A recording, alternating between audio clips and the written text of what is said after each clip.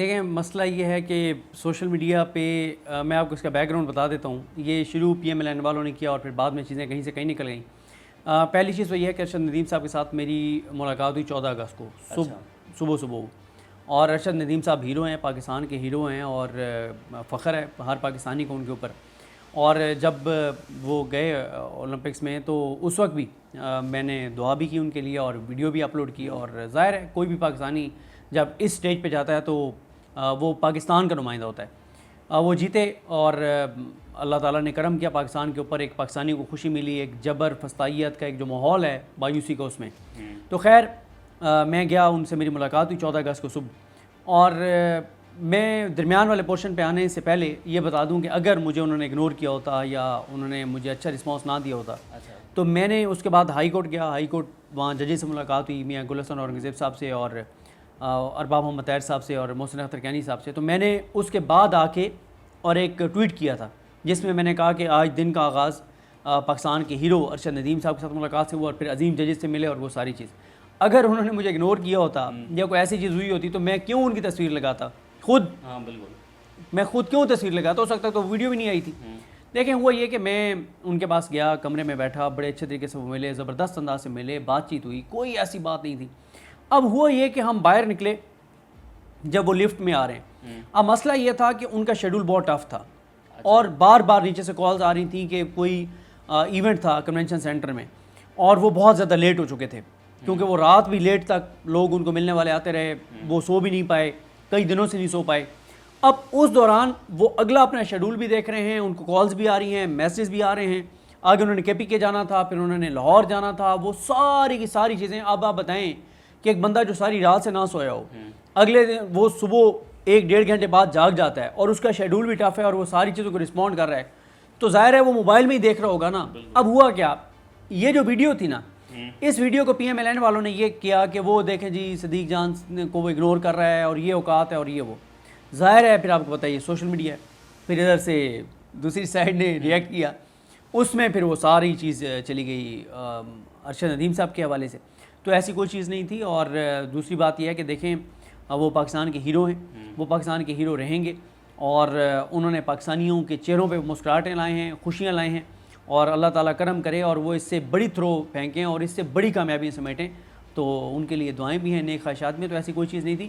بس social media پہ جو چیز آتی ہے پھر ہر ایک کا اپنا ایک پوائنٹ آف ویو ہوتا ہے, پھر اس حساب سے چیزیں چلتی رہتی ہیں. لیکن بات اب سرپرائز سے آگے نکل گئی ہے. اب صرف سرپرائز کا معاملہ نہیں ہے, معاملہ یہ ہے کہ عمران خان کی جو رہائی ہے نا, وہ ساری کی ساری جڑی ہوئی ہے تحریک انصاف کی ایجیٹیشن سے. اچھا, تحریک انصاف جو ایجیٹیشن کرتی رہی ہے نا, وہ کرتی رہی ہے کے پی کے میں.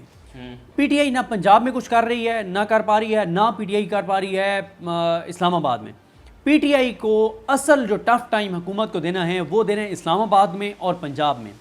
ماہ رمضان کو اب آپ دیکھ لیں کتنے مہینے گزر چکے ہیں. ماہ رمضان سے پی ٹی آئی یہ کوشش کر رہی ہے کہ اسلام آباد میں جلسہ کرے. عامر فاروق صاحب کے پاس کیسز لگے, دیگر ججز کے پاس کیسز لگے, اجازت ملی, پھر وہ این او سی منسوخ ہو گیا, پھر دوبارہ پھر چلتا رہا. پھر محرم سے پہلے ان کا جلسہ ایک این او سی ان کا پی ٹی آئی کا منسوخ کیا گیا تھا یا سسپینڈ کیا گیا تھا, اور اس وقت کہا گیا تھا کہ جناب چیلم کے بعد یہ کر لیں, چیلم کے بعد یہ کر لیں, یعنی 20 سفر کے بعد کر لیں. اب وہ 20 سفر کے بعد کر رہے ہیں. حکومت نے خود یہ تاریخ دی تھی کہ اس تاریخ کو کر لیں. عمران خان صاحب نے پی ٹی آئی کو ایک بات بڑی کیٹیگوریکل کہی تھی کہ آپ نے عدالت کی اجازت کے بغیر جلسہ نہیں کرنا. ایسا نہیں ہے کہ پی ٹی آئی کر نہیں سکتی. اور بھائی صرف کے پی کے سے عمران خان کی کال ہو, 1 لاکھ بندہ تو کے پی کے سے آ جائے گا. روک کے دکھائیں آپ کے پی کے والوں کے لیے, پورے پاکستان کی فورس لگا کے دیکھ لیں اور آپ کے پی کے والوں کو روک لیں. اس وقت جو کے پی کے والوں کے سینٹیمنٹس ہیں عمران خان کے حوالے سے, لیکن عمران خان نے کہا کہ آپ نے عدالت کی اجازت سے کرنا ہے. اور وجہ یہ تھی کہ عمران خان کو یہ خدشہ ہے کہ اللہ نہ کرے, اللہ نہ کرے, اللہ نہ کرے, اگر عدالتی اجازت کے بغیر کرتے ہیں تو وہاں پہ یہ اس حکومت پہ اعتبار نہیں ہے. یہ وہ حکومت ہے جنہوں نے ماڈل میں 14 لوگ شہید کر دیے تھے. یہ کچھ بھی واقعہ کروا سکتے ہیں, ان سے کوئی بعید نہیں. یہ اپنے اقتدار کے لیے, اپنے مفاد کے لیے, اپنی چوری ڈکیتی لوٹ مار کے لیے کسی حد تک جا سکتے ہیں. تو عمران خان نے کہا جی عدالتی اجازت کے بغیر نہیں کرنا, عدالتی اجازت کے بغیر کریں گے اگر انہوں نے کوئی واقعہ کروا دیا. اور ایک جج صاحب کا بھی میں خود اس کورٹ روم میں موجود تھا جب جج صاحب نے کہا کہ ہم تو اجازت دے دیں گے, لیکن دبے الفاظ میں انہوں نے بھی یہی کہا کہ اگر کوئی واقعہ ہو گیا یا کروا دیا گیا تو کون ذمہ دار ہوگا. دیکھیں عمران خان کی رہائی جڑی ہوئی ہے پی ٹی آئی اب ایجیٹیشن پنجاب میں اور وفاق میں کتنی کرتی ہے. گیم ختم ہو گئی, اب معاملہ کوئی نہیں ہے. ٹھیک ہے، القادر والے پہ بھی یہ فیصلہ نہیں سنا سکتے، توشہ خانہ میں بھی ان کی بیل ہونی ہے، 9 مئی میں بھی ان کی بیلیں ہونی ہیں، وہ جوڈیشل ہو چکے ہیں. سارا ڈیپینڈ کرتا ہے پی ٹی آئی کیا کرتی ہے. 22 کا جلسہ بہت میٹر کرتا ہے عمران خان کی رہائی میں. حکومت تو نہیں، اداروں کی پالیسی میں، اسٹیبلشمنٹ کی پالیسی پہ براہ راست اثر انداز ہوگا 22 کا جلسہ کو، کہ ابھی بھی کچھ پتہ نہیں ہے. ابھی ہم جو ویڈیو ریکارڈ کر رہے ہیں پتہ چلے، جب یہ اپلوڈ ہو رہی ہو یا ہو چکی ہو اس وقت پتہ چلے جناب کہ انہوں نے پھر کوئی نیا کٹا کھول دیا اور پھر منسوخ کر دیا. تو بات یہ ہے کہ اب وہ صنم جاوید وغیرہ کی ضمانتیں منسوخ کی ہیں، صنم جاوید کی، علی حمزہ، ان ساروں کی. دیکھیں آپ جو مرضی کریں، لیکن پی ٹی آئی جو ہے نا وہ ان کے کارکن اور عمران خان کے حامی تو ظاہر ہے نکلیں گے. کچھ چیزیں ہم نے دیکھی کہ لوگوں کے اندر نا یہ سوچ آنے لگی ہے، پاکستانیوں کے اندر، کسانوں کے اندر، عام آدمی کے اندر، کہ بھائی نکلنا پڑے گا، اس حکومت کو گھر بھیجنا پڑے گا. جب تک یہ حکومت رہے گی تو تباہی اور بربادی ہے، مایوسی ہے، اندھیرے ہیں، نقصان ہیں. یہ تو آخری حد تک کوشش کریں گے کہ اس ملک کا جتنا بیڑا غرق کر سکتے ہیں کریں. ان کو نکالے بغیر ملک آگے نہیں جا سکتا. دیکھنا یہ ہوگا کہ پی ٹی آئی عام آدمی کو کتنا اٹریکٹ کرتی ہے. ویسے میں آپ کو ایک بات بتا دوں، میں اس جلسہ گاہ سے ہو کے آیا تھا جب پی ٹی آئی نے جلسہ منسوخ کیا تھا، جس میں نے تنقید بھی بہت زیادہ کی تھی. وہ جگہ آئیڈیل ہے. اس جگہ کے اوپر پشتون بہت زیادہ ہیں لوکل، جو وہاں پہ جن کے بزنسز ہیں یا جو مزدور ہیں، جو ورکرز ہیں، اس سراؤنڈنگ میں بہت زیادہ ہیں. سر جی وہاں اگر پی ٹی آئی خود پیچھے نہ ہٹی اور پی ٹی آئی کی باہر لیڈرشپ کمپرومائز نہ ہوئی، آپ وہاں پہ 1 لاکھ کی فورس لگا دیں، پی ٹی آئی جلسہ وہاں پہ کر لے گی.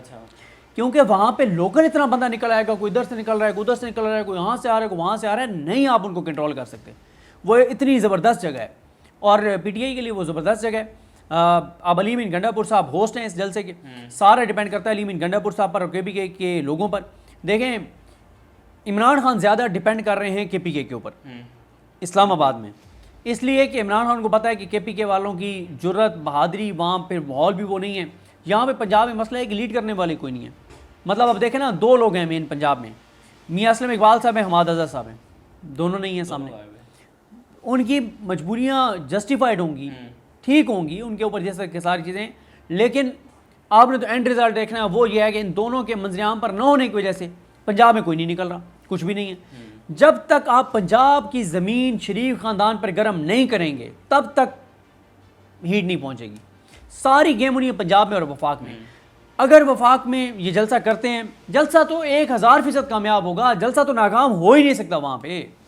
میں کہتا ہوں تا حد نگاہ لوگ ہی لوگ ہوں گے. کوئی کیمرہ، یہ میں آج آپ کو بتا رہا ہوں، کوئی کیمرہ اس دن 22 اگست کو کوئی کیمرہ لوگوں کو کیپچر نہیں کر پائے گا کہ کہاں تک ہیں لوگ.